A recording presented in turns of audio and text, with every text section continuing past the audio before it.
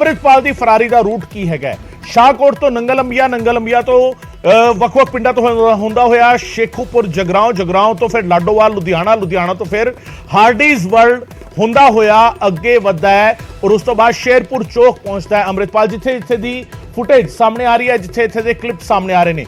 ਸ਼ੇਰਪੁਰ ਚੌਕ ਤੋਂ ਬੱਸ ਫੜਦਾ ਹੈ, ਬੱਸ ਫੜ ਕੇ ਫਿਰ ਹਰਿਆਣਾ ਦੇ ਸ਼ਾਹਬਾਦ ਤੱਕ ਉਹ ਪਹੁੰਚਦਾ ਹੈ। ਸ਼ਾਹਬਾਦ ਤੋਂ 2 ਦਿਨ ਇੱਥੇ ਰੁਕ ਕੇ 19 ਅਤੇ 20 ਤਰੀਕ ਨੂੰ ਇੱਥੇ ਰੁਕਦਾ ਹੈ। ਇੱਕ ਮਹਿਲਾ ਦੇ ਕੋਲ ਪੱਪਲਪ੍ਰੀਤ ਉਸ ਦੇ ਨਾਲ ਹੈ। 19 ਤਰੀਕ ਨੂੰ ਰੁਕਦਾ ਹੈ, 20 ਤਰੀਕ ਨੂੰ ਇੱਥੋਂ ਫਰਾਰ ਹੋ ਜਾਂਦਾ ਹੈ। ਸੋ ਸ਼ਾਹਕੋਟ ਤੋਂ ਸ਼ੁਰੂ ਹੁੰਦਾ ਹੈ ਸਫ਼ਰ। ਸ਼ਾਹਕੋਟ ਤੋਂ ਨੰਗਲ ਅੰਬੀਆ ਤੋਂ ਦਾਰਾਪੁਰ ਤੋਂ ਫਿਰ ਸ਼ੇਖੂਪੁਰਾ ਜਗਰਾਉਂ ਤੋਂ ਫਿਰ ਉਸ ਤੋਂ ਬਾਅਦ ਲਾਡੋਵਾਲ ਲੁਧਿਆਣਾ ਤੋਂ ਫਿਰ ਉਹ ਹਾਰਡੀ ਵਰਲਡ ਜਿਹੜਾ ਹੈਗਾ ਉੱਥੇ ਔਰ ਉਸ ਤੋਂ ਬਾਅਦ ਹਾਰਡੀਜ਼ ਵਰਲਡ ਤੋਂ ਬਾਅਦ ਫਿਰ ਸ਼ੇਰਪੁਰ ਚੌਕ, ਯਾਨੀ ਲੁਧਿਆਣਾ ਦੇ ਵਿੱਚ ਵੀ 3 ਥਾਵਾਂ ਤੇ ਲਾਡੋਵਾਲ, ਹਾਰਡੀਜ਼ ਵਰਲਡ ਤੇ ਫਿਰ ਸ਼ੇਰਪੁਰ ਚੌਕ ਅੰਮ੍ਰਿਤਪਾਲ ਇੱਥੇ ਮੌਜੂਦ ਰਿਹਾ ਔਰ ਉਸ ਤੋਂ ਬਾਅਦ ਫਿਰ ਹਰਿਆਣਾ ਦੇ ਸ਼ਾਹਬਾਦ ਦਾਖਲ ਹੋ ਜਾਂਦਾ ਹੈ। ਸੋ ਸ਼ਾਹਕੋਟ ਤੋਂ ਸ਼ਾਹਬਾਦ ਤੱਕ ਦਾ ਇਹ ਟਰੈਕ ਤਾਂ ਸਮਝ ਆਉਂਦਾ ਹੈ, ਪਰ ਜਿਹੜੇ FIR ਦੇ ਵਿੱਚ ਜਿਸ ਤਰੀਕੇ ਦਾਅਵੇ ਕੀਤੇ ਜਾ ਰਹੇ ਨੇ, ਜਿਹੜਾ ਨਵੀਂ ਇੱਕ FIR ਦਰਜ ਹੋਈ ਹੈ ਉਸ ਨੂੰ ਵੀ ਸਮਝਣਾ ਹੋਏਗਾ ਕਿ ਇਸ ਸਭ ਦੇ ਵਿਚਾਲੇ ਕਿ ਅੰਮ੍ਰਿਤਪਾਲ ਕਿਤੇ ਹੋਰ ਵੀ ਰਿਹਾ। ਸਵਾਲ ਇਸ ਗੱਲ ਨੂੰ ਲੈ ਕੇ ਹੈ ਕਿਉਂਕਿ 2 ਪਿੰਡ ਜਿਨ੍ਹਾਂ ਦੇ ਵਿਚਾਲੇ 2 ਕਿਲੋਮੀਟਰ ਦਾ ਫਾਸਲਾ ਹੈ ਉਹ ਤਾਂ ਠੀਕ ਹੈ, ਸਮਝਿਆ ਜਾ ਸਕਦਾ ਹੈ ਕਿ ਕੋਈ ਵੀ ਪੈਦਲ ਤੁਰ ਕੇ ਪਾਰ ਕਰ ਸਕਦਾ ਹੈ, ਪਰ 2 ਕਿਲੋਮੀਟਰ ਤੋਂ ਵੱਧ ਦਾ ਫਾਸਲਾ 10 ਕਿਲੋਮੀਟਰ ਦਾ ਫਾਸਲਾ ਹੈਗਾ ਮੌ ਪਿੰਡ ਦਾ।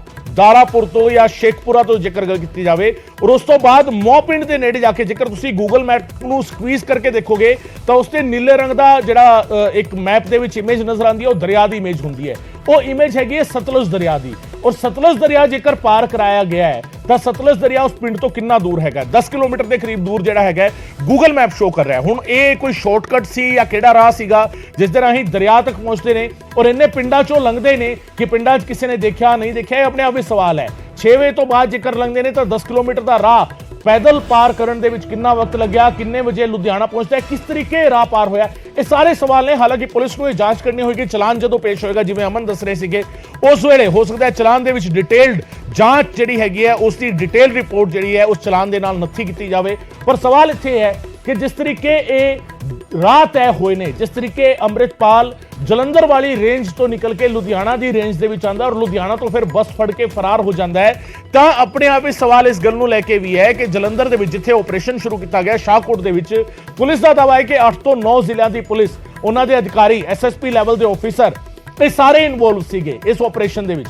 ਜਿਸ ਨੂੰ IG DIG ਲੈਵਲ ਦੇ ਆਫੀਸਰ ਲੀਡ ਕਰ ਰਹੇ ਸੀਗੇ ਔਰ ਜਿਸ ਨੂੰ ਅਪਰ ਲੈਵਲ ਦੇ ਆਫੀਸਰ ਅਧਿਕਾਰੀ ਜਿਹੜੇ ਚੰਡੀਗੜ੍ਹ ਵਿੱਚ ਪੈਂਦੇ ਨੇ ਉਹ ਵੀ ਵਾਚ ਕਰ ਰਹੇ ਸੀਗੇ।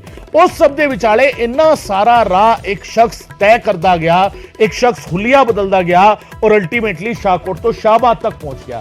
ਸਵਾਲ ਇਸ ਗੱਲ ਨੂੰ ਲੈ ਕੇ ਕਿ ਇੱਥੇ ਤੱਕ ਪਹੁੰਚਦੇ ਹੋਏ ਕੀ ਉਸ ਨੂੰ ਕੋਈ ਸਪੋਰਟ ਵੀ ਕਰ ਰਿਹਾ ਸੀ? ਸਵਾਲ ਇਸ ਗੱਲ ਨੂੰ ਲੈ ਕੇ ਕਿ ਉਸ ਨੂੰ ਕੋਈ ਗਾਈਡ ਕਰ ਰਿਹਾ ਸੀ? ਕਿਹੜਾ ਰਾਹ ਖੁੱਲਾ ਹੈ, ਕਿਹੜਾ ਰਾਹ ਬੰਦ ਹੈ, ਕਿਹੜਾ ਰਾਹ ਸੇਫ ਹੈ, ਕਿਹੜਾ ਅਨਸੇਫ ਹੈ, ਕਿੱਥੇ ਪੁਲਿਸ ਵੱਧ ਹੈ, ਕਿੱਥੇ ਨਾਕੇਬੰਦੀ ਹੈ, ਕਿੱਥੇ ਨਾਕੇਬੰਦੀ ਨਹੀਂ ਹੈ? ਕੀ ਉਸ ਨੂੰ ਕੋਈ ਚੋਰ ਮੋਰੀਆਂ ਦੱਸ ਰਿਹਾ ਸੀ? ਸਵਾਲ ਇਸ ਗੱਲ ਨੂੰ ਲੈ ਕੇ ਹੈ। ਸੋ ਕਿਤੇ ਨਾ ਕਿਤੇ ਪੂਰੇ ਦਾ ਪੂਰਾ ਕੁਐਸਚਨ ਮਾਰਕ ਹੈਗਾ ਔਰ ਇਹ ਕੁਐਸਚਨ ਮਾਰਕ ਇਸ ਕਰਕੇ ਵੀ ਸਟਰੋਂਗ ਹੋ ਜਾਂਦਾ ਹੈ ਕਿਉਂਕਿ ਖੁਦ ਕੇਂਦਰੀ ਏਜੰਸੀਆਂ ਨੇ ਇਨਪੁਟ ਦਿੱਤਾ ਪੰਜਾਬ ਪੁਲਿਸ ਨੂੰ ਕਿ ਅੰਮ੍ਰਿਤਪਾਲ ਦੇ ਸਾਥੀਆਂ ਨੂੰ ਜੇਕਰ ਤੁਸੀਂ ਰੱਖਿਆ ਪੰਜਾਬ ਦੇ ਅੰਦਰ ਤਾਂ ਉਹ ਜੇਲ ਬ੍ਰੇਕ ਕਰਨ ਦੀ ਕੋਸ਼ਿਸ਼ ਕਰ ਸਕਦੇ ਨੇ, ਮੁਸ਼ਕਿਲ ਹਾਲਾਤ ਤੁਹਾਡੇ ਲਈ ਬਣ ਜਾਣਗੇ। ਸੋ ਜੇਲ ਬ੍ਰੇਕ ਦੀ ਕੋਸ਼ਿਸ਼ ਕਰ ਸਕਦੇ ਨੇ, ਇਹ ਇਨਪੁਟ ਕੇਂਦਰੀ ਏਜੰਸੀਆਂ ਦਾ ਸੀ ਔਰ ਇਸੇ ਕਰਕੇ ਉਹਨਾਂ ਨੂੰ ਅਸਾਮ ਰੱਖਿਆ ਗਿਆ। ਕੀ ਸਿਸਟਮ ਦੇ ਅੰਦਰ ਕੋਈ ਅਜਿਹਾ ਲੂਪ ਹੋਲ ਤਾਂ ਨਹੀਂ ਜਿਹੜਾ ਅੰਮ੍ਰਿਤਪਾਲ ਨੂੰ ਸਪੋਰਟ ਕਰ ਰਿਹਾ ਹੋਵੇ, ਜਿਹੜਾ ਉਸ ਨੂੰ ਦੱਸ ਰਿਹਾ ਹੋਵੇ ਕਿ ਇਸ ਵੇਲੇ ਇਸ ਥਾਂ ਤੇ ਪਹੁੰਚਿਆ ਜਾ ਸਕਦਾ ਹੈ, ਇਸ ਵੇਲੇ ਇਸ ਥਾਂ ਤੋਂ ਨਿਕਲਿਆ ਜਾ ਸਕਦਾ ਹੈ? ਸਵਾਲ ਇਸ ਗੱਲ ਨੂੰ ਲੈ ਕੇ ਹੈ ਕਿਉਂਕਿ 8 ਤੋਂ 9 ਜ਼ਿਲ੍ਹਿਆਂ ਦੀ ਪੁਲਿਸ, ਜਿਹੜਾ ਲਗਾਤਾਰ ਪੁਲਿਸ ਨੇ ਦਾਅਵਾ ਕੀਤਾ ਆਪਰੇਸ਼ਨ ਅੰਮ੍ਰਿਤਪਾਲ ਦੇ ਲਈ, 8 ਤੋਂ 9 ਜ਼ਿਲ੍ਹਿਆਂ ਦੀ ਪੁਲਿਸ ਨੇ ਘੇਰਾਬੰਦੀ ਕੀਤੀ, ਘੇਰਾ ਪਾਇਆ ਔਰ ਉਸ ਤੋਂ ਬਾਅਦ ਅੰਮ੍ਰਿਤਪਾਲ ਜਲੰਧਰ ਦੀ ਰੇਂਜ ਤੋਂ ਨਿਕਲ ਕੇ ਉਹ ਲੁਧਿਆਣਾ ਦੀ ਰੇਂਜ ਦੇ ਵਿੱਚ ਦਾਖਲ ਹੋ ਜਾਂਦਾ ਹੈ। ਸਵਾਲ ਇਸ ਗੱਲ ਨੂੰ ਲੈ ਕੇ ਕਿ ਇੱਥੇ ਤੱਕ ਪਹੁੰਚਿਆ ਕਿਵੇਂ ਔਰ ਇੱਥੋਂ ਫਿਰ ਸ਼ਾਹਬਾਦ ਕਿਵੇਂ ਪਹੁੰਚਿਆ? ਤੇ ਸਭ ਦੇ ਵਿਚਾਲੇ ਅੰਮ੍ਰਿਤਪਾਲ ਦੀਆਂ ਨਵੀਆਂ ਤਸਵੀਰਾਂ ਜਿਹੜੀਆਂ ਸਾਹਮਣੇ ਆਈਆਂ, ਲੁਧਿਆਣਾ ਤੋਂ ਬੱਸ ਵਿੱਚ ਬਹਿ ਕੇ ਫਰਾਰ ਹੋਇਆ ਸੀ ਅੰਮ੍ਰਿਤਪਾਲ, ਇਹ ਬੜਾ ਕਲੀਅਰ ਹੋ ਚੁੱਕਿਆ ਹੈ। ਸ਼ੇਰਪੁਰ ਚੌਕ ਤੋਂ ਉਸਨੇ ਬੱਸ ਫੜੀ ਸੀ ਔਰ ਇਹ ਉਸ ਮੌਕੇ ਦੀ ਤਸਵੀਰ ਹੈ। ਲੁਧਿਆਣਾ ਤੋਂ ਫਰਾਰ ਹੋ ਕੇ ਹਰਿਆਣਾ ਪਹੁੰਚਿਆ ਸੀ ਅੰਮ੍ਰਿਤਪਾਲ। ਸ਼ਾਹਬਾਦ ਦੇ ਵਿੱਚ ਇੱਕ ਮਹਿਲਾ ਦੇ ਘਰ ਪਨਾਹ ਲਈ ਸੀ ਉਹਨੇ ਔਰ ਉਸ ਤੋਂ ਬਾਅਦ 18 ਮਾਰਚ ਦੀ ਰਾਤ ਦੀਆਂ ਇਹ ਤਸਵੀਰਾਂ ਦੱਸੀਆਂ ਜਾ ਰਹੀਆਂ ਨੇ ਔਰ ਇਹ ਮੰਨਿਆ ਜਾ ਸਕਦਾ ਹੈ ਕਿਉਂਕਿ ਜਿਸ ਤਰੀਕੇ ਇੱਕ ਪਰਿਵਾਰ ਬਿਆਨ ਕਰਦਾ ਹੈ FIR ਦੇ ਵਿੱਚ ਕਿ ਸ਼ਾਮੀ 6 ਵਜੇ ਦੇ ਕਰੀਬ ਦਾ ਵਕਤ ਸੀਗਾ ਜਦੋਂ ਪਿੰਡ ਸ਼ੇਖੂਪੁਰਾ ਪਹੁੰਚਦਾ ਹੈ। ਸ਼ੇਖੂਪੁਰਾ ਤੋਂ ਲੁਧਿਆਣਾ ਤੱਕ ਪਹੁੰਚਣਾ, ਸਤਲੁਜ ਦਰਿਆ ਪਾਰ ਕੀਤਾ ਉਸਨੇ ਆਪਣੇ ਸਾਥੀ ਦੇ ਨਾਲ ਔਰ ਸਤਲੁਜ ਦਰਿਆ ਉਸ ਨੂੰ ਪਾਰ ਕਰਾਇਆ ਪਰਿਵਾਰ ਨੇ, ਡਰਦੇ ਹੋਏ ਪਰਿਵਾਰ ਨੇ। ਉਸ ਤੋਂ ਬਾਅਦ ਉਹ ਲੁਧਿਆਣਾ ਤੱਕ ਪਹੁੰਚਦਾ ਔਰ ਲੁਧਿਆਣਾ ਦੇ ਵਿੱਚ ਸ਼ੇਰਪੁਰ ਚੌਂਕ ਤੱਕ ਪਹੁੰਚ ਕੇ ਉਹ ਆਪਣੇ ਸਾਥੀ ਦੇ ਨਾਲ ਫਰਾਰ ਹੋ ਜਾਂਦਾ ਹੈ। ਸੋ ਇਹ ਧੁੰਦਲੀਆਂ ਤਸਵੀਰਾਂ ਨੇ, ਹਾਲਾਂਕਿ ਬਹੁਤਾ ਕਲੀਅਰ ਇਹ ਕਹਿ ਲਿਆ ਜਾਵੇ ਕਿ ਨਹੀਂ ਹੈਗੀ, ਪਰ ਕਿਤੇ ਨਾ ਕਿਤੇ ਸਵਾਲ ਇਹ ਹੈ ਕਿ ਇਹ ਜਿਹੜੇ ਸਾਥੀ ਅੰਮ੍ਰਿਤਪਾਲ ਦੇ ਨਾਲ ਨਜ਼ਰ ਆ ਰਹੇ ਨੇ, ਇਹ ਲੋਕ ਜਿਹੜੇ ਨਜ਼ਰ ਆ ਰਹੇ ਨੇ ਇਸ ਤਸਵੀਰ ਦੇ ਵਿੱਚ, ਇਹਨਾਂ ਤਸਵੀਰਾਂ ਦੇ ਵਿੱਚ 2 ਤੋਂ 3 ਵੱਖ-ਵੱਖ ਲੋਕ ਨੇ, 3 ਲੋਕ ਨੇ ਇੱਥੇ ਇਸ ਤਸਵੀਰ ਦੇ ਵਿੱਚ। ਇਹਨਾਂ ਤਿੰਨਾਂ 'ਚ ਕਿ ਗੁਲਾਬੀ ਪੱਗ ਜਿਹਨੇ ਬੰਨੀ ਹੋਈ ਹੈ ਉਹ ਅੰਮ੍ਰਿਤਪਾਲ ਹੀ ਹੈ ਜਾਂ ਪੱਪਲਪ੍ਰੀਤ ਹੈ, ਕਿਉਂਕਿ ਧੁੰਦਲੀਆਂ ਤਸਵੀਰਾਂ ਨੇ। ਸੋ ਇਹ ਤਸਵੀਰਾਂ ਨੇ ਸ਼ੇਰਪੁਰ ਚੌਕ ਦੀਆਂ। ਅਮਨ ਦਾ ਰੁਖ ਕਰਦੇ ਹਾਂ ਇੱਕ ਵਾਰ ਫਿਰ। ਅਮਨ, 3 ਲੋਕ ਨਜ਼ਰ ਆ ਰਹੇ ਨੇ ਲੁਧਿਆਣਾ ਦੇ ਸ਼ੇਰਪੁਰ ਚੌਕ ਦੇ ਵਿੱਚ। ਅੰਮ੍ਰਿਤਪਾਲ ਹੋ ਸਕਦਾ ਹੈ ਇਹਨਾਂ ਚੋਂ ਇੱਕ, ਪੁਲਿਸ ਦਾ ਦਾਅਵਾ ਹੈ ਇਹਨਾਂ ਚੋਂ ਇੱਕ ਪੱਪਲਪ੍ਰੀਤ ਵੀ ਹੋ ਸਕਦਾ ਹੈ। ਤੀਜਾ ਸ਼ਖਸ ਕੌਣ? ਕੀ ਇਹ ਉਸ ਪਰਿਵਾਰ ਦਾ ਮੈਂਬਰ ਹੈਗਾ ਜਿਹੜਾ ਇਹਨਾਂ ਨੂੰ ਦਰਿਆ ਪਾਰ ਕਰਾਉਣ ਆਇਆ ਸੀਗਾ, ਜਾਂ ਕੋਈ ਹੋਰ ਵੀ ਸੀਗਾ ਜਿਹੜਾ ਲੁਧਿਆਣਾ ਵਿੱਚ ਇਹਨਾਂ ਦੀ ਉਡੀਕ ਕਰ ਰਿਹਾ ਸੀ ਔਰ ਜਿਸ ਨੇ ਇਹਨਾਂ ਨੂੰ ਸ਼ੇਰਪੁਰ ਚੌਕ ਤੱਕ ਪਹੁੰਚਾਇਆ, ਉੱਥੋਂ ਬੱਸ ਵਿੱਚ ਚੜਾਇਆ? ਅਮਨ, ਗਗਨ ਦੇਖੋ, ਪੁਲਿਸ ਕਿਉਂਕਿ ਇਹਨਾਂ ਕਨੈਕਸ਼ਨਸ ਦੀ ਹੀ ਤਲਾਸ਼ ਕਰ ਰਹੀ ਹੈ। ਜੇ ਤੁਸੀਂ ਮੋਬਾਈਲ ਜਿਹੜੇ ਡਾਟਾ ਦੇ ਜੇ ਹਵਾਲੇ ਤੇ ਅਸੀਂ ਗੱਲ ਕਰੀਏ ਜੋ ਪੁਲਿਸ ਨੂੰ ਮਿਲਿਆ ਹੈ, ਤਾਂ ਜਿਨ੍ਹਾਂ ਦੇ ਸਭ ਤੋਂ ਪਹਿਲਾਂ ਨੰਗਲ ਅੰਬੀਆਂ ਤੋਂ ਜਿਹੜਾ ਗੁਰਦੁਆਰਾ ਸਾਹਿਬ ਤੋਂ ਉੱਥੇ ਦੇ ਗ੍ਰੰਥੀ ਤੋਂ ਫੋਨ ਲੈ ਕੇ ਅੰਮ੍ਰਿਤਪਾਲ ਵੱਲੋਂ ਫੋਨ ਕੀਤੇ ਜਾਂਦੇ ਨੇ। ਉਸ ਤੋਂ ਬਾਅਦ ਹਰਿਆਣਾ ਸ਼ਾਹਬਾਦ ਜੋ ਮਹਿਲਾ ਬਲਜੀਤ ਕੌਰ ਸੀ ਉਸ ਨੂੰ ਫੋਨ ਕੀਤੇ ਜਾਂਦੇ ਨੇ, ਫਿਰ ਬਲਜੀਤ ਕੌਰ ਦੇ ਫੋਨ ਤੋਂ ਫੋਨ ਕੀਤੇ ਜਾਂਦੇ ਨੇ। ਤਾਂ ਜਿਹੜੇ ਇਹ ਫੋਨ ਕੀਤੇ ਗਏ ਨੇ ਔਰ ਜਿਨ੍ਹਾਂ ਨੂੰ ਕੀਤੇ ਗਏ ਨੇ ਉਹਨਾਂ ਦੀ ਕੀ ਆਇਡੈਂਟੀ ਹੈ, ਕੀ ਆਧਾਰ ਹੈ, ਕੀ ਬੈਕਗ੍ਰਾਉਂਡ ਹੈ ਔਰ ਕਿੰਨੇ ਟਾਈਮ ਤੋਂ ਕਨੈਕਸ਼ਨ ਸੀਗੇ, ਇਹ ਸਾਰੀ ਚੀਜ਼ਾਂ ਨੂੰ ਪੁਲਿਸ ਇਨਵੈਸਟੀਗੇਟ ਕਰ ਰਹੀ ਹੈ। ਜਿੱਥੋਂ ਤੱਕ ਲੁਧਿਆਣਾ ਦੀ ਗੱਲ ਹੈ ਤਾਂ ਹੋ ਸਕਦਾ ਹੈ ਅੰਮ੍ਰਿਤਪਾਲ ਨੇ ਕਿਸੇ ਸਾਥੀ ਨੂੰ ਤਿਆਰ ਕੀਤਾ ਹੋਵੇ ਅੱਗੇ ਲਈ ਜਾਂ ਮਦਦ ਕਰਨ ਲਈ, ਕਿਉਂਕਿ ਹੁਣ ਤੱਕ ਜਿੰਨੀ ਅਸੀਂ ਸਿਨੈਰੀਓ ਦੇਖ ਰਹੇ ਹਾਂ ਤਾਂ ਜਦੋਂ ਪਿੰਡ ਬਦਲਦੇ ਗਏ ਉੱਥੇ ਹੁਲੀਆ 'ਚ ਕੋਈ ਨਾ ਕੋਈ ਬਦਲਾਅ ਆਉਂਦਾ ਗਿਆ, ਜਿਹੜੇ ਵਹੀਕਲ ਸੀਗੇ ਉਹਨਾਂ 'ਚ ਬਦਲਾਅ ਆਉਂਦਾ ਗਿਆ, ਜਿਹੜੇ ਸਾਥੀ ਨਾਲ ਸੀਗੇ ਜਾਂ ਜਿਨ੍ਹਾਂ ਨੇ ਮਦਦ ਕੀਤੀ ਉਹਨਾਂ 'ਚ ਬਦਲਾਅ ਆਉਂਦਾ ਗਿਆ, ਔਰ ਜਿਹਨਾਂ ਨੇ ਜਿੱਥੇ ਡਰਾਇਆ ਧਮਕਾਇਆ ਗਿਆ ਜੋ FIR ਦੇ ਅਕੋਰਡਿੰਗ ਹੈ ਉੱਥੇ ਮਾਮਲੇ ਵੀ ਦਰਜ ਹੋਏ ਨੇ। ਤਾਂ ਇਹ ਲੁਧਿਆਣਾ ਵਾਲੇ ਇਨਸੀਡੈਂਟਸ ਦੇ ਪਿੱਛੇ ਪੂਰਾ ਜੇ ਕਹੀਏ ਤਾਂ ਪੁਲਿਸ ਵੱਲੋਂ ਹੀ ਇੱਕ ਕਲੈਰੀਫਿਕੇਸ਼ਨ ਦੀ ਉਡੀਕ ਹੈ ਕਿ ਕੌਣ ਸੀਗਾ, ਕੀ ਉਸ ਦਾ ਕਨੈਕਸ਼ਨ ਸੀਗਾ, ਕਿਆ ਉੱਥੇ ਵੀ ਕੋਈ ਥ੍ਰੈਟ ਦੇ ਕੇ ਅੰਮ੍ਰਿਤਪਾਲ ਨੇ ਮਦਦ ਲਈ ਹੈ, ਕਿਉਂਕਿ ਉੱਥੋਂ ਹੀ ਅੱਗੇ ਰਾਹ ਸ਼ਾਹਬਾਦ ਦਾ ਚੁਣਿਆ ਜਾਂਦਾ ਹੈ ਗਗਨ। ਔਰ ਇਹ ਕਿਉਂਕਿ NSA ਦੇ ਅਧੀਨ ਕਾਰਵਾਈ ਕੀਤੀ ਗਈ ਹੈ ਔਰ ਪੁਲਿਸ ਕਿਉਂਕਿ ਕਸਟਡੀ ਦੇ ਅੰਦਰ ਨਹੀਂ ਰੱਖ ਸਕਦੀ NSA ਦਾ, ਕੋਈ ਜੇ ਕਿਸੇ ਤੇ ਲੱਗਿਆ ਹੋਵੇ ਸਿੱਧਾ ਆਸਾਮ ਭੇਜਿਆ ਜਾਂਦਾ ਹੈ, ਜੋ 4 ਥਾਵਾਂ ਨੇ NSA ਤੇ ਕਾਰਵਾਈ ਕਰਨ ਦੇ ਸੈਂਟਰ ਬਣਾਏ ਗਏ ਨੇ NSA ਦੇ, ਉੱਥੇ ਹੀ ਕਸਟਡੀ 'ਚ ਰੱਖਿਆ ਜਾਂਦਾ ਹੈ।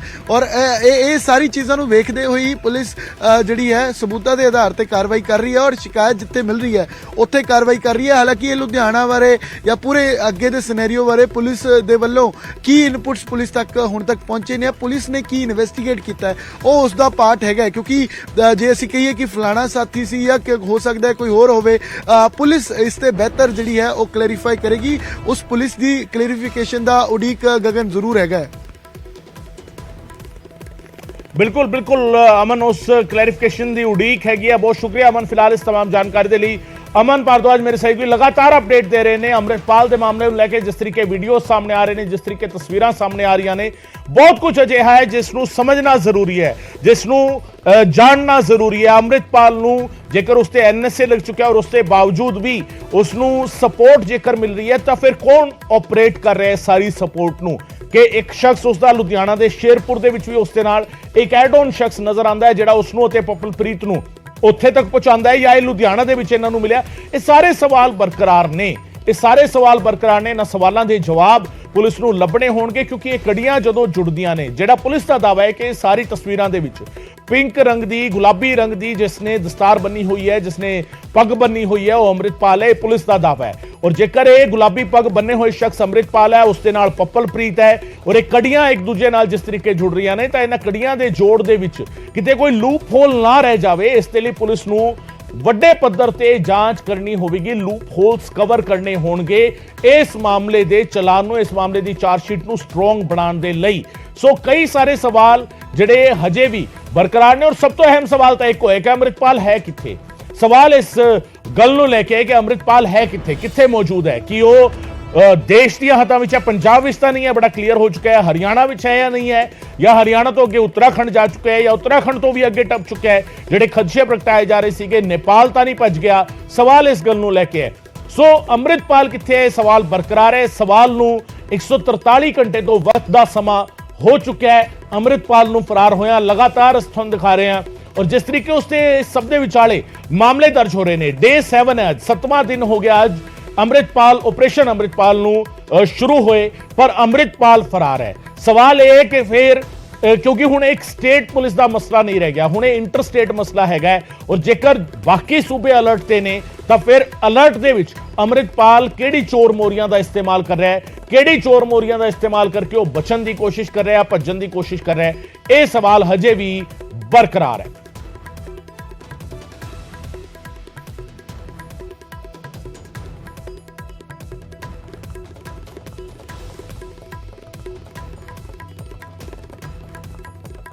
ਤੇ ਸਭ ਦੇ ਵਿਚਾਲੇ ਭਗੌੜੇ ਦੀ ਤਲਾਸ਼ ਜਾਰੀ ਹੈ। ਇਹਨਾਂ ਸੂਬਿਆਂ ਦੇ ਵਿੱਚ ਹਾਈ ਅਲਰਟ ਹੈ, ਪੰਜਾਬ, ਉੱਤਰਾਖੰਡ ਤੇ ਉੱਤਰ ਪ੍ਰਦੇਸ਼, ਹਿਮਾਚਲ, ਰਾਜਸਥਾਨ, ਮਹਾਰਾਸ਼ਟਰ, ਜੰਮੂ ਕਸ਼ਮੀਰ। ਪਰ ਇਸ ਸਭ ਦੇ ਵਿਚਾਲੇ ਤਿੰਨ ਤਸਵੀਰਾਂ 18 ਮਾਰਚ ਅਤੇ 20 ਮਾਰਚ ਦੀਆਂ 20 ਮਾਰਚ ਦੀਆਂ ਦੋ ਤਸਵੀਰਾਂ, 18 ਮਾਰਚ ਦੀ ਆਖਰੀ ਤਸਵੀਰ ਪੰਜਾਬ ਦੇ ਵਿੱਚ ਮੌਜੂਦਗੀ ਦੀ, ਜਿਸ ਨੂੰ ਮੰਨਿਆ ਜਾ ਰਿਹਾ ਹੈ ਫਿਲਹਾਲ ਦੀ ਘੜੀ ਤੱਕ, ਕਿਉਂਕਿ ਪੁਲਿਸ ਇਹ ਕਹਿ ਰਹੀ ਹੈ ਕਿ 18 ਮਾਰਚ ਨੂੰ ਲੁਧਿਆਣਾ ਦੀ ਤਸਵੀਰ ਹੈ, ਸ਼ੇਰਪੁਰ ਚੌਕ ਤੇ ਆਪਣੇ ਸਾਥੀ ਪਪਲਪ੍ਰੀਤ ਦੇ ਨਾਲ ਨਜ਼ਰ ਆਇਆ ਅੰਮ੍ਰਿਤਪਾਲ ਔਰ ਉੱਥੋਂ ਗਿਆ ਉਹ ਬੱਸ ਵਿੱਚ ਸਵਾਰ ਹੋ ਕੇ, ਜਿੱਥੋਂ ਬੱਸ ਵਿੱਚ ਸਵਾਰ ਹੋ ਕੇ ਉਹ ਪਹੁੰਚਦਾ ਹੈ ਹਰਿਆਣਾ ਦੇ ਸ਼ਾਹਬਾਦ ਦੇ ਵਿੱਚ ਰੁਕਦਾ ਹੈ ਆਪਣੇ ਸਾਥੀ ਦੇ ਨਾਲ, ਪਪਲਪ੍ਰੀਤ ਸਿੰਘ ਦੇ ਨਾਲ। ਅੰਮ੍ਰਿਤਪਾਲ ਬੱਸ ਦੇ ਵਿੱਚ ਸਵਾਰ ਹੋ ਕੇ ਪਹੁੰਚਦਾ ਹੈ ਸ਼ਾਹਬਾਦ। 144 ਘੰਟੇ ਤੋਂ ਵੱਧ ਦਾ ਵਕਤ ਹੋ ਚੁੱਕਾ ਹੈ ਔਰ ਉਸ ਤੋਂ ਬਾਅਦ ਸ਼ਾਹਬਾਦ ਵਿੱਚ ਰੁਕਣ ਤੋਂ ਬਾਅਦ ਅਗਲੇ ਦਿਨ ਉਹ ਸ਼ਾਹਬਾਦ ਤੋਂ ਵੀ ਨਿਕਲ ਜਾਂਦਾ ਹੈ ਆਪਣੇ ਸਾਥੀ ਦੇ ਨਾਲ, ਸ਼ਾਹਬਾਦ ਤੋਂ ਵੀ ਰਵਾਨਾ ਹੋ ਜਾਂਦਾ ਹੈ। ਇੱਕ ਤਸਵੀਰ ਉਸ ਦੀ ਛਾਤਾ ਲੈ ਕੇ, ਛਤਰੀ ਲੈ ਕੇ ਜਿਹੜਾ ਹੈਗਾ ਉਹ ਤੁਰਦਾ ਹੋਇਆ ਨਜ਼ਰ ਆ ਰਿਹਾ ਹੈ, ਘਰੋਂ ਨਿਕਲਦਾ ਹੈ ਜਿਹੜੇ ਘਰ ਦੇ ਵਿੱਚੋਂ ਰੁਕਿਆ ਸੀ ਔਰ ਉਸ ਤੋਂ ਬਾਅਦ ਸੜਕ ਤੇ ਨਜ਼ਰ ਆ ਰਿਹਾ ਹੋਇਆ। ਜ਼ਿਆਦਾ ਮੁਮਕਿਨ ਹੈ ਕਿ ਜੀਟੀ ਰੋਡ ਦੀ ਤਸਵੀਰ ਹੈ ਜਿਸ ਦੇ ਵਿੱਚ ਉਹ ਪਪਲਪ੍ਰੀਤ ਦੇ ਨਾਲ ਨਜ਼ਰ ਆ ਰਿਹਾ ਹੈ। ਤੇ ਇਸ ਤੋਂ ਬਾਅਦ ਕਿੱਥੇ ਪਪਲਪ੍ਰੀਤ ਦੇ ਨਾਲ ਉਹ ਆਖਿਰ ਅੱਗੇ ਗਿਆ ਕਿੱਥੇ, ਸਵਾਲ ਇਸ ਗੱਲ ਨੂੰ ਲੈ ਕੇ ਹੈ। ਜੇਕਰ ਇਹ ਸ਼ਖਸ ਅੰਮ੍ਰਿਤਪਾਲ ਹੈ ਜਿਸ ਨੇ ਆਪਣਾ ਮੂੰਹ ਲਪੇਟਿਆ ਹੋਇਆ ਹੈ, ਜੇਕਰ ਉਸ ਦੇ ਨਾਲ ਪਪਲਪ੍ਰੀਤ ਹੈ ਜਿਸ ਨੇ ਆਪਣਾ ਮੂੰਹ ਢੱਕਿਆ ਹੋਇਆ ਹੈ, ਤਾਂ ਇਹ ਦੋਵੇਂ ਇਸ ਤੋਂ ਬਾਅਦ ਗਏ ਕਿੱਥੇ? ਸੋ ਸਵਾਲ ਇਹ ਵੀ ਹੈਗਾ ਕਿ ਇਸ ਸ਼ਖਸ ਦੀ ਭਾਲ ਦੇ ਵਿੱਚ ਪੰਜਾਬ, ਉੱਤਰਾਖੰਡ, ਉੱਤਰ ਪ੍ਰਦੇਸ਼, ਹਿਮਾਚਲ, ਰਾਜਸਥਾਨ, ਮਹਾਰਾਸ਼ਟਰ ਤੇ ਜੰਮੂ ਕਸ਼ਮੀਰ ਸਾਰੇ ਸੂਬੇ ਅਲਰਟ ਤੇ ਨੇ। ਇਹ ਆਪਣੇ ਆਪ ਵਿੱਚ ਵੱਡਾ ਸਵਾਲ ਹੈ ਕਿ ਕੀ ਇਸ ਸਾਰੇ ਰੂਟ ਤੋਂ ਵੱਖ ਕੀ ਅੰਮ੍ਰਿਤਪਾਲ ਮਹਾਰਾਸ਼ਟਰ ਜਾ ਸਕਦਾ ਹੈ? ਸਵਾਲ ਹੈ ਕਿ ਅੰਮ੍ਰਿਤਪਾਲ ਉੱਤਰਾਖੰਡ ਤੋਂ ਫਰਾਰ ਹੋ ਚੁੱਕਿਆ ਹੈ, ਕਿ ਅੰਮ੍ਰਿਤਪਾਲ ਜੰਮੂ ਕਸ਼ਮੀਰ ਦੇ ਵੱਲ ਜਾ ਸਕਦਾ ਹੈ, ਕਿ ਅੰਮ੍ਰਿਤਪਾਲ ਰਾਜਸਥਾਨ ਦੇ ਵੱਲ ਜਾ ਸਕਦਾ ਹੈ? ਇਹ ਸਾਰੇ ਸਵਾਲ ਹਜੇ ਬਰਕਰਾਰ ਨੇ, ਤਲਾਸ਼ ਜਾਰੀ ਹੈ ਔਰ ਇਹਨਾਂ ਸੂਬਿਆਂ ਦੇ ਵਿੱਚ ਹਾਈ ਅਲਰਟ ਹੈ। ਮਹਾਰਾਸ਼ਟਰ, ਪੰਜਾਬ ਤੋਂ ਬਾਅਦ ਉੱਤਰਾਖੰਡ ਦੇ ਵਿੱਚ, ਹਰਿਆਣਾ ਦੇ ਵਿੱਚ, ਉੱਤਰ ਪ੍ਰਦੇਸ਼ ਦੇ ਵਿੱਚ, ਹਿਮਾਚਲ ਦੇ ਵਿੱਚ, ਇਹ ਸਾਰੇ ਸੂਬਿਆਂ ਦੇ ਵਿੱਚ ਹਾਈ ਅਲਰਟ ਹੈ। ਰਾਜਸਥਾਨ, ਮਹਾਰਾਸ਼ਟਰ ਦੀ ਗੱਲ ਕਰੀਏ, ਜੰਮੂ ਕਸ਼ਮੀਰ ਦੀ ਗੱਲ ਕਰੀਏ, ਇਹਨਾਂ ਸਾਰੇ ਸੂਬਿਆਂ ਦੇ ਵਿੱਚ ਅਲਰਟ ਤੇ ਪੁਲਿਸ ਹੈਗੀ ਹੈ ਇਸ ਵੇਲੇ। ਔਰ ਇਹ ਆਪਣੇ ਆਪ ਵਿੱਚ ਵੇਖਣ ਵਾਲੀ ਗੱਲ ਹੈ ਕਿ ਹੁਣ ਕਿੱਥੇ ਮੌਜੂਦ ਹੈ ਅੰਮ੍ਰਿਤਪਾਲ, ਸਵਾਲ ਇਸ ਗੱਲ ਨੂੰ ਲੈ ਕੇ ਹੈ। ਹਰਿਆਣਾ ਦੀਆਂ ਹੱਦਾਂ ਦੇ ਅੰਦਰ ਹੈ, ਹਰਿਆਣਾ ਤੋਂ ਨਿਕਲ ਚੁੱਕਾ ਹੈ, ਉੱਤਰਾਖੰਡ ਦੇ ਵਿੱਚ ਦਾਖਲ ਹੋ ਚੁੱਕਾ ਹੈ, ਜਾਂ ਯੂਪੀ ਪਹੁੰਚ ਚੁੱਕਿਆ ਹੈ, ਜਾਂ ਉਸ ਤੋਂ ਇਲਾਵਾ ਹਿਮਾਚਲ ਵੀ ਜਾ ਸਕਦਾ ਉੱਤਰਾਖੰਡ ਤੋਂ ਕਿ ਉੱਥੇ ਪਹੁੰਚ ਚੁੱਕਿਆ ਹੈ, ਜਾਂ ਯੂਪੀ ਹੁੰਦੇ ਰਾਜਸਥਾਨ ਜਾਂ ਮਹਾਰਾਸ਼ਟਰ ਪਹੁੰਚ ਚੁੱਕਿਆ ਹੈ, ਜਾਂ ਹਿਮਾਚਲ ਹੁੰਦੇ ਜੰਮੂ ਕਸ਼ਮੀਰ ਪਹੁੰਚ ਚੁੱਕਾ ਹੈ। ਇਹ ਸਾਰੇ ਉਹ ਸਵਾਲ ਨੇ ਜਿਹੜੇ ਤੁਹਾਡੇ ਵੀ ਜ਼ਿਹਨ ਦੇ ਵਿੱਚ ਚੱਲ ਰਹੇ ਹੋਣਗੇ। ਕੀ ਕੁਝ ਹੋ ਸਕਦਾ ਹੈ, ਕੀ ਕੁਝ ਮੁਮਕਿਨ ਹੈ, ਪਰ ਇਹ ਸਾਰਾ ਸਪੈਕੂਲੇਸ਼ਨ ਹੈ, ਇਹ ਸਿਰਫ ਅੰਦਾਜ਼ੇ ਨੇ, ਕਿਆ ਸਰਾਈਆਂ ਨੇ। ਸੋ ਕਿਆ ਸਰਾਈਆਂ, ਕਨਸੋਆਂ, ਇਹ ਸਭ ਦੇ ਵਿਚਾਲੇ ਜੋ ਤਸਵੀਰਾਂ ਸਾਹਮਣੇ ਆ ਰਹੀਆਂ ਨੇ ਉਹ ਤਸਵੀਰਾਂ ਵੱਖ-ਵੱਖ ਥਾਂ ਤੇ ਸਾਹਮਣੇ ਆ ਰਹੀਆਂ ਨੇ ਔਰ ਉਸ ਦੇ ਵਿਚਾਲੇ ਕਈ ਸਾਰੇ ਸਵਾਲ ਵੀ ਉੱਠ ਰਹੇ ਨੇ।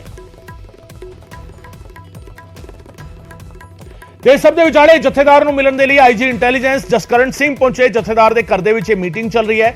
ਜਥੇਦਾਰ ਦੇ ਵੱਲੋਂ 27 ਮਾਰਚ ਦੀ ਮੀਟਿੰਗ ਤੇ ਚਰਚਾ ਹੋ ਰਹੀ ਹੈ। ਜਥੇਦਾਰ ਗਿਆਨੀ ਹਰਪ੍ਰੀਤ ਸਿੰਘ ਨੇ ਸਿੱਖ ਸੰਸਥਾਵਾਂ, ਸੰਪਰਦਾਵਾਂ ਤੇ ਜਥੇਬੰਦੀਆਂ ਦੇ ਨੁਮਾਇੰਦਿਆਂ ਦੀ ਮੀਟਿੰਗ ਸੱਦੀ ਹੈ। ਪੰਜਾਬ ਦੇ ਮੌਜੂਦਾ ਹਾਲਾਤ ਤੇ ਮੀਟਿੰਗ ਸੱਦੀ ਗਈ ਹੈ। ਅੰਮ੍ਰਿਤਸਰ ਦੇ ਪੁਲਿਸ ਕਮਿਸ਼ਨਰ ਰਹਿ ਚੁੱਕੇ ਨੇ ਜਸਕਰਨ ਸਿੰਘ, ਤੇ ਜਸਕਰਨ ਸਿੰਘ ਜਥੇਦਾਰ ਦੇ ਘਰ ਪਹੁੰਚੇ ਨੇ ਤੇ ਜਥੇਦਾਰ ਦੇ ਵੱਲੋਂ 27 ਮਾਰਚ ਦੀ ਮੀਟਿੰਗ ਨੂੰ ਲੈ ਕੇ ਇਹ ਚਰਚਾ ਹੋ ਰਹੀ ਹੈ। 27 ਮਾਰਚ ਦਾ ਜਿਹੜਾ ਸੱਦਾ ਦਿੱਤਾ ਗਿਆ ਜਥੇਦਾਰ ਦੇ ਵੱਲੋਂ, ਆਈਜੀ ਇੰਟੈਲੀਜੈਂਸ ਨੇ ਜਸਕਰਨ ਸਿੰਘ। ਇਸ ਵੇਲੇ ਜਿਹੜੀ ਗੱਲ ਥੋੜੀ ਦੇਰ ਪਹਿਲਾਂ ਅਸੀਂ ਅਮਨ ਦੇ ਨਾਲ ਕਰ ਰਹੇ ਸੀਗੇ ਕਿ ਇਹ ਤਸਵੀਰ ਜਿਹੜੀ ਹੈ ਉਸ ਤਸਵੀਰ ਦੇ ਵਿੱਚ ਇਹ ਸਮਝਣਾ ਚਾਹੀਦਾ ਹੈ ਕਿ ਜਥੇਦਾਰ ਦੀ ਭੂਮਿਕਾ ਕਿਸ ਤਰੀਕੇ ਦੀ ਹੋਵੇ, ਜਥੇਦਾਰ ਨੂੰ ਕੀ ਭੂਮਿਕਾ ਅਦਾ ਕਰਨੀ ਚਾਹੀਦੀ ਹੈ। ਔਰ ਇਸ ਸਭ ਦੇ ਵਿਚਾਲੇ ਆਈਜੀ ਇੰਟੈਲੀਜੈਂਸ ਜਸਕਰਨ ਸਿੰਘ ਦੇ ਨਾਲ ਜਥੇਦਾਰ ਦੀ ਮੀਟਿੰਗ ਚੱਲ ਰਹੀ ਹੈ ਇਸ ਵੇਲੇ, ਕਿਉਂਕਿ 27 ਮਾਰਚ ਦਾ ਸੱਦਾ ਜਥੇਦਾਰ ਦੇ ਵੱਲੋਂ ਦਿੱਤਾ ਗਿਆ ਹੈ। ਔਰ ਇਸ ਮੀਟਿੰਗ ਦੇ ਵਿੱਚ ਕੀ ਕੁਝ ਕਿਹਾ ਜਾ ਰਿਹਾ ਹੈ, ਕੀ ਕੁਝ ਏਜੰਡਾ ਹੈਗਾ। ਆਈਜੀ ਇੰਟੈਲੀਜੈਂਸ ਜਸਕਰਨ ਸਿੰਘ ਪਹੁੰਚੇ ਨੇ ਜਥੇਦਾਰ ਨੂੰ ਮਿਲਣ ਦੇ ਲਈ, ਉਹਨਾਂ ਦੇ ਘਰ ਪਹੁੰਚੇ ਨੇ ਔਰ ਘਰ ਦੇ ਅੰਦਰ ਹੀ ਇਹ ਮੀਟਿੰਗ ਚੱਲ ਰਹੀ ਹੈ। ਰਾਜੀਵ ਮੇਰੇ ਸਹਿਯੋਗੀ ਮੇਰੇ ਨਾਲ ਇਸ ਵੇਲੇ ਮੌਜੂਦ ਨੇ, ਉਹਨਾਂ ਦੇ ਨਾਲ ਗੱਲ ਕਰਦੇ हैं। राजीव, ਜਥੇਦਾਰ ਦੇ ਨਾਲ meeting IG intelligence Jaskaran Singh ji ਕੀ ਕੁਝ ਜਾਣਕਾਰੀ ਮਿਲ ਪਾ ਰਹੀ ਹੈ ਕੀ ਏਜੰਡਾ ਔਰ ਕਿੰਨੀ ਦੇਰ ਹੋਈ ਹੈ ਇਸ ਮੀਟਿੰਗ ਨੂੰ ਸ਼ੁਰੂ ਹੋਏ? ਜੀ ਬਿਲਕੁਲ ਗਗਨ, ਆਈਜੀ ਜਸਕਰਨ ਸਿੰਘ ਕੁਝ ਦੇਰ ਪਹਿਲਾਂ ਅੰਮ੍ਰਿਤਸਰ ਦੇ ਵਿੱਚ ਜਿੱਥੇ ਅਕਾਲ ਤਖਤ ਸਾਹਿਬ ਸਕੱਤਰੇਤ ਹੈ ਉਸ ਦੇ ਬਿਲਕੁਲ ਨਾਲ ਅਕਾਲ ਤਖਤ ਸਾਹਿਬ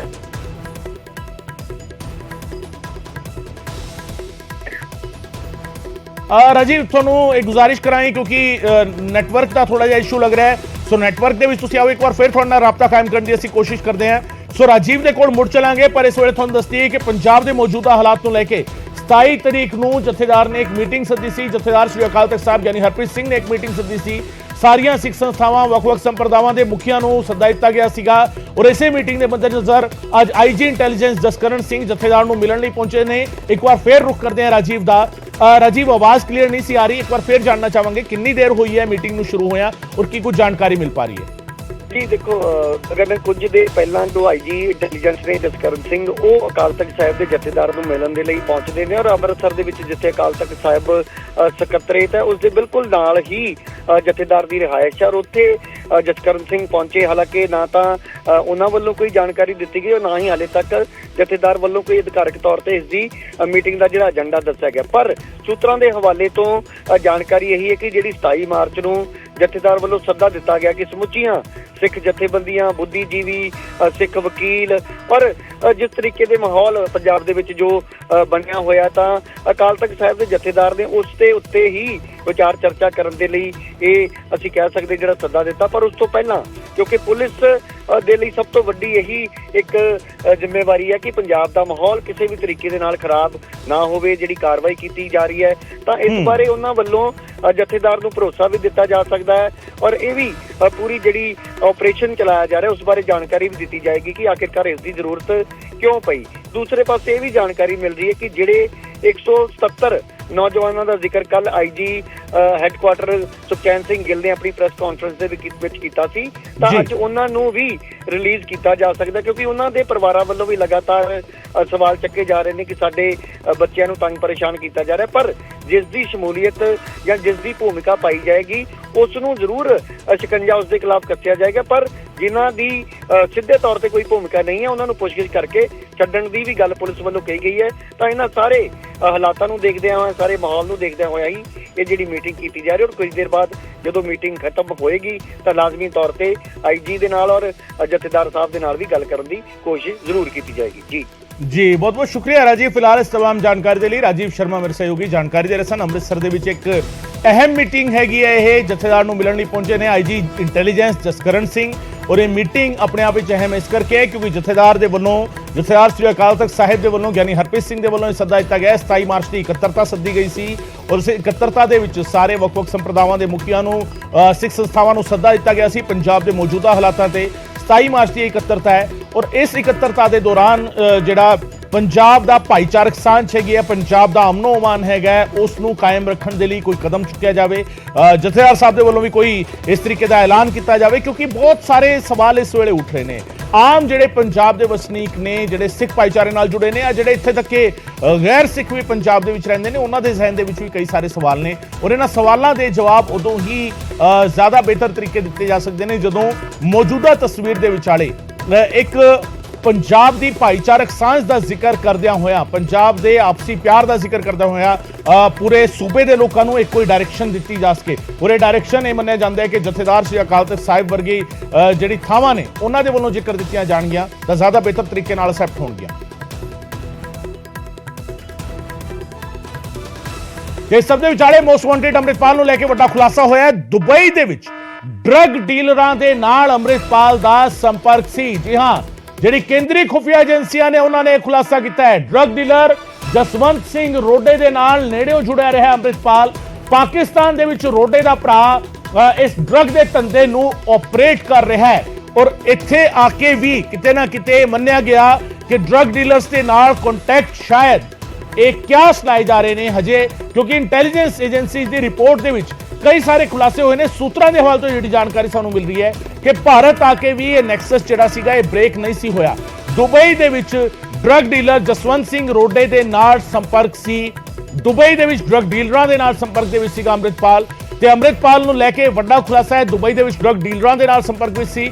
ਡਰੱਗ ਡੀਲਰ ਜਸਵੰਤ ਸਿੰਘ ਰੋਡੇ ਦੇ ਨਾਲ ਨੇੜਿਓਂ ਜੁੜਿਆ ਰਿਹਾ ਹੈ ਅੰਮ੍ਰਿਤਪਾਲ, ਤੇ ਪਾਕਿਸਤਾਨ ਦੇ ਵਿੱਚ ਰੋਡੇ ਦੇ ਨਜ਼ਦੀਕੀ ਇਸ ਪੂਰੇ ਧੰਦੇ ਨੂੰ ਆਪਰੇਟ ਕਰ ਰਹੇ ਨੇ। ਸੋ ਖਦਸ਼ਾ ਇਹ ਵੀ ਪ੍ਰਗਟਾਇਆ ਜਾ ਰਿਹਾ ਹੈ ਕਿ ਕਿਤੇ ਨਾ ਕਿਤੇ ਇਹ ਨੈਕਸਸ ਜਿਹੜਾ ਹੈਗਾ ਨਸ਼ੇ ਦੇ ਵਪਾਰ ਦਾ, ਕਿ ਉਹ ਵੀ ਕਿਤੇ ਨਾ ਕਿਤੇ ਸਪੋਰਟ ਕਰ ਰਿਹਾ ਸੀ ਸ਼ਾਇਦ ਅੰਮ੍ਰਿਤਪਾਲ ਦੀ। ਸੋ ਇਹ ਖਦਸ਼ਾ ਪ੍ਰਗਟਾਇਆ ਜਾ ਰਿਹਾ ਹੈ। ਇਸ ਦੀ ਜਾਂਚ ਹਲੇ ਹੋਣੀ ਹੈ, ਪਰ ਜਿਹੜੇ ਸ਼ੁਰੂਆਤੀ ਸਬੂਤ ਮਿਲੇ ਨੇ, ਇੰਟੈਲੀਜੈਂਸ ਏਜੰਸੀਜ਼ ਨੂੰ ਜਿਹੜੀ ਸ਼ੁਰੂਆਤੀ ਇਨਫੋਰਮੇਸ਼ਨ ਮਿਲੀ ਹੈ, ਉਸ ਦੇ ਆਧਾਰ ਤੇ ਜਿਹੜੀ ਡੋਜ਼ੀਅਰ ਤਿਆਰ ਕੀਤਾ ਗਿਆ ਹੈ, ਜਿਹੜੇ ਦਸਤਾਵੇਜ਼ ਤਿਆਰ ਕੀਤੇ ਗਏ ਨੇ, ਸੂਤਰਾਂ ਦੇ ਹਵਾਲੇ ਤੋਂ ਸਾਨੂੰ ਜਾਣਕਾਰੀ ਮਿਲੀ ਹੈ ਕਿ ਉਸ ਦੇ ਵਿੱਚ ਇਸ ਗੱਲ ਨੂੰ ਮੈਂਸ਼ਨ ਕੀਤਾ ਗਿਆ ਹੈ ਬਕਾਇਦਾ ਕਿ ਡਰੱਗ ਡੀਲਰਸ ਦੇ ਨਾਲ ਵੀ ਅੰਮ੍ਰਿਤਪਾਲ ਦੇ ਸਬੰਧ ਸਨ। ਦੁਬਈ ਦੇ ਵਿੱਚ ਉਹ ਜਸਵੰਤ ਸਿੰਘ ਰੋਡੇ ਦੇ ਸੰਪਰਕ ਦੇ ਵਿੱਚ ਰਿਹਾ ਸੀ ਔਰ ਪਾਕਿਸਤਾਨ ਦੇ ਵਿੱਚ ਰੋਡੇ ਦਾ ਭਰਾ ਇਸ ਪੂਰੇ ਵਪਾਰ ਨੂੰ, ਨਸ਼ੇ ਦੇ ਇਸ ਵਪਾਰ ਨੂੰ ਆਪਰੇਟ ਕਰ ਰਿਹਾ ਹੈ। ਸੋ ਕਿਤੇ ਨਾ ਕਿਤੇ ਸਵਾਲ ਹੁਣ ਇਸ ਰਿਲੇਸ਼ਨ ਨੂੰ ਲੈ ਕੇ ਵੀ ਉੱਠ ਰਹੇ ਨੇ।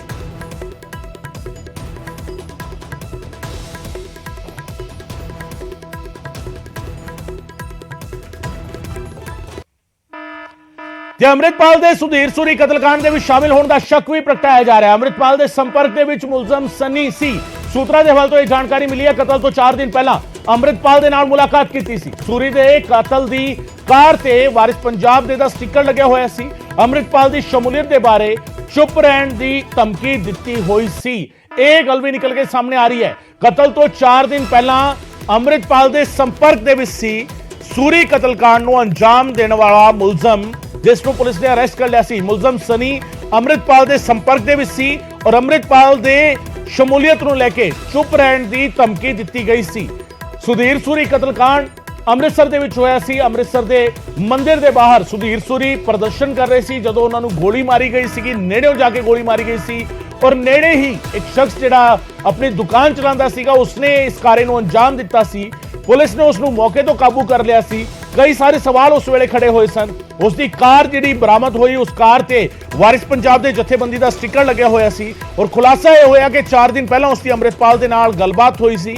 ਹੁਣ ਇਹ ਗੱਲ ਸਾਹਮਣੇ ਆ ਰਹੀ ਹੈ ਕਿ ਅੰਮ੍ਰਿਤਪਾਲ ਦੀ ਸ਼ਮੂਲੀਅਤ ਸੁਧੀਰ ਸੂਰੀ ਕਤਲकांड ਦੇ ਵਿੱਚ ਹੋ ਸਕਦੀ ਹੈ ਔਰ ਅੰਮ੍ਰਿਤਪਾਲ ਦੀ ਸ਼ਮੂਲੀਅਤ ਬਾਰੇ ਚੁੱਪ ਰਹਿਣ ਦੀ ਧਮਕੀ ਦਿੱਤੀ ਗਈ ਸੀ ਮੁਲਜ਼ਮ ਸਨੀ ਨੂੰ। ਅੰਮ੍ਰਿਤਪਾਲ ਦੀ ਸ਼ਮੂਲੀਅਤ ਦੇ ਬਾਰੇ ਕੁਝ ਵੀ ਬੋਲਣ ਤੋਂ ਗੁਰੇਜ਼ ਕਰਨ ਦੇ ਲਈ ਕਿਹਾ ਗਿਆ ਸੀ ਮੁਲਜ਼ਮ ਸਨੀ ਨੂੰ। ਇਹ ਖੁਲਾਸਾ ਵੀ ਹੁਣ ਹੁੰਦਾ ਹੋਇਆ ਨਜ਼ਰ ਆ ਰਿਹਾ ਹੈ। ਸੂਤਰਾਂ ਦੇ ਹਵਾਲੇ ਤੋਂ ਇਹ ਜਾਣਕਾਰੀ ਸਾਹਮਣੇ ਆ ਰਹੀ ਹੈ।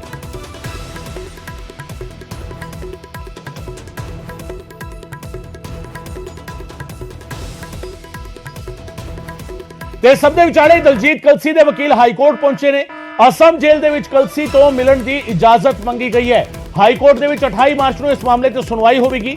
ਕਲਸੀ ਦੀ ਪਤਨੀ ਨੇ ਪਹਿਲਾਂ ਪਟੀਸ਼ਨ ਦਾਖਲ ਕੀਤੀ ਹੈ। ਪਤੀ ਨੂੰ ਹਿਰਾਸਤ ਵਿੱਚ ਲਏ ਜਾਣ ਦੇ ਖਿਲਾਫ ਪਟੀਸ਼ਨ ਦਾਖਲ ਕੀਤੀ ਗਈ ਹੈ। ਹੁਣ ਦੋਵੇਂ ਮਾਮਲਿਆਂ ਦੀ ਸੁਣਵਾਈ 28 ਮਾਰਚ ਨੂੰ ਹੋਵੇਗੀ। ਕਲਸੀ ਨੂੰ ਪੁਲਿਸ ਨੇ NSA ਦੇ ਤਹਿਤ ਹਿਰਾਸਤ ਦੇ ਵਿੱਚ ਲਿਆ ਹੋਇਆ ਹੈ। ਨੈਸ਼ਨਲ ਸਿਕਿਉਰਿਟੀ ਐਕਟ ਕਲਸੀ ਤੇ ਲੱਗਿਆ ਹੈ ਔਰ ਕਲਸੀ ਤੇ ਲਾਇਆ ਗਿਆ NSA किस तरीके लाया गया, क्योंकि उसते इल्जाम ये कि कलसी फंडिंग कर रहा सी। अमृतपाल की फंडिंग दे विच कलसी की शमूलियत सी।